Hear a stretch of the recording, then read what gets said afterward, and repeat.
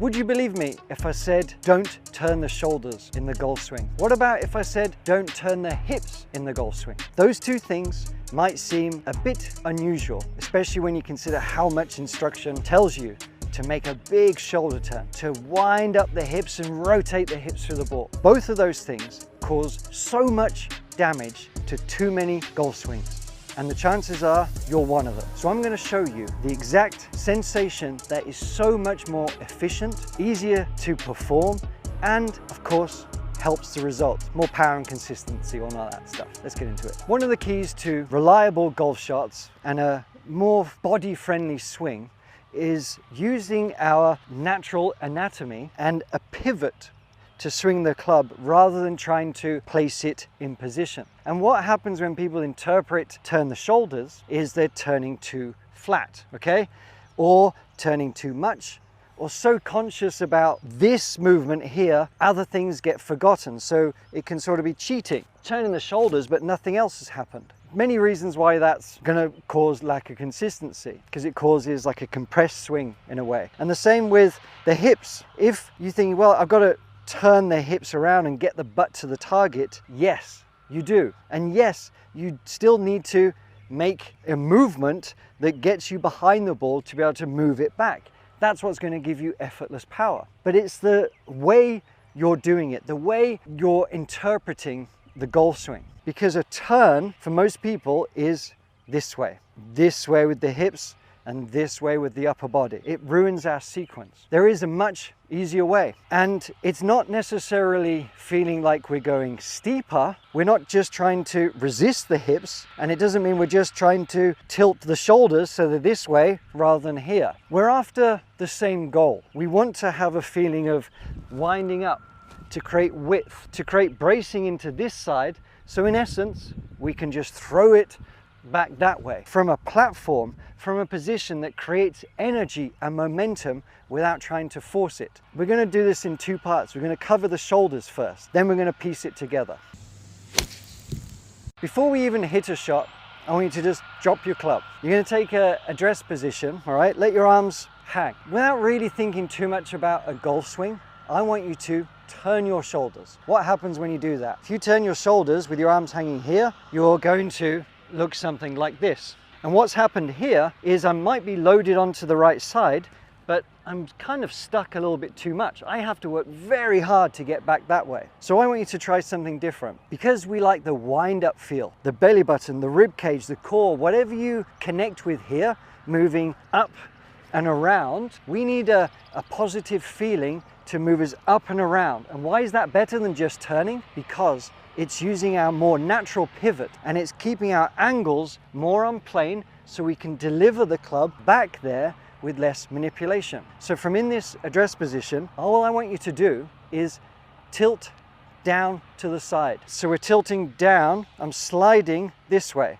All I'm doing is moving my shoulder closer to my hip that way. If that feels a bit awkward, you can just do it standing up taller and go to the side here. And the reason why I'm showing you this is because that movement, believe it or not, is the backswing. It might not look like the backswing because we're just here. But if I do one more thing, which is why we talked about not turning the hips as well as not turning the shoulders. If we do this hip movement correctly and not turn it, okay, which will end me up in a position like this, which you can see is pretty damn awkward. The feeling I'm going to have from here, all I'm going to do is feel like my right hip is going up that way.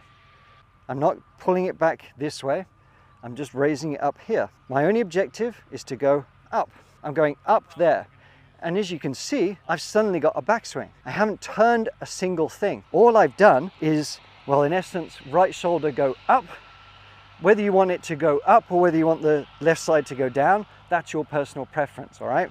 So I've gone tilted this way and then move my hip up, and I have a backswing with a very reliable pivot. So I'm gonna add the hands into it. I'm not gonna move the club yet, like specifically, but I'm gonna go right side up, left side down, whichever you wanna do. Then I'm gonna raise my hip and the arms get pulled along for the ride. It's quite astonishing how much easier that will make the golf swing for you. I really want you to just get up and try this now and let me know in the comments below how it feels. What sensations are you having? Here's a couple of things to avoid. Be a little bit careful when you're raising this hip up with that feeling. We don't want to be cheating and straightening this leg too much, because you'll notice that will basically get me dipping down too much. So be wary of this. It doesn't mean it's locked straight. It doesn't mean it's staying rigid and we're not moving it up at all, okay? But we're trying to maintain our angles that we have on the feet with the knee over the ball of the feet. So I tilt and I raise the right hip up. I'm braced against this side and my club basically just falls into the right movement by following my pivot. I'm not trying to manipulate anything here. The arms are following, and it's a very powerful move. One of the reasons why I love this is because you don't have to be on the range. You don't have to practice to get what I'm talking about. I want this to be an aha moment, and I love hearing from students who experience that. Does this make sense for you when you try it?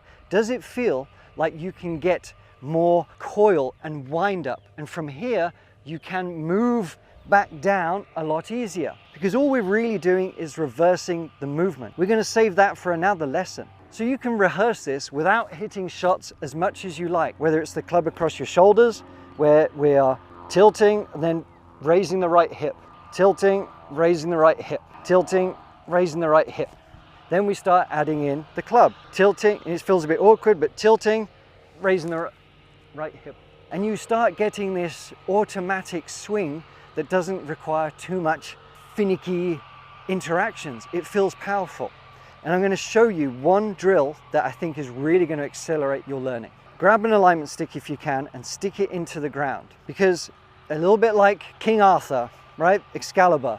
I'm trying to pull this out of the ground, and I cannot do it if I was trying to turn my shoulders or turn my hips. It just sort of starts dragging that way. What I want, and why this matters, we want to feel like we are winding up and creating leverage into the backswing, okay? So then we can move back down with authority. And this is really going to enhance it. It's in the ground like a few inches here. It might look a bit awkward at first, but as you get better at it, the same feeling we've got is left side down or right side up. I personally prefer the right side going up because it feels more momentous rather than going this way. So I'm going to go right side up with my shoulders up here. It's going that way, and then I'm going to feel like my right hip is going up. So it's up there, and I can pull the stick out of the ground. We can go again, and we can get better at it using a bit more authority and speed. So it's up and up, okay?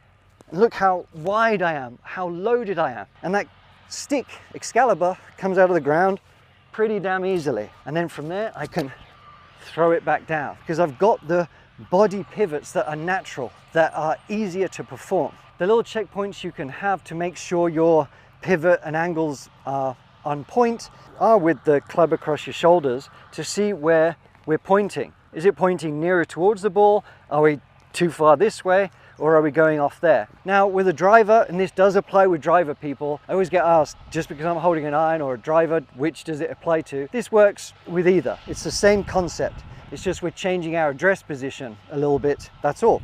But I can check to say, okay, right side up, hip up. Am I pointing it there?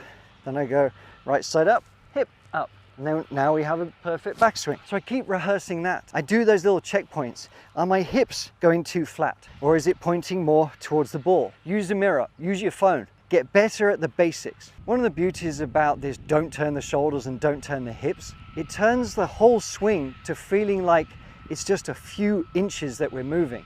I'm just moving my shoulders, my chest, core, just a few inches that way, up.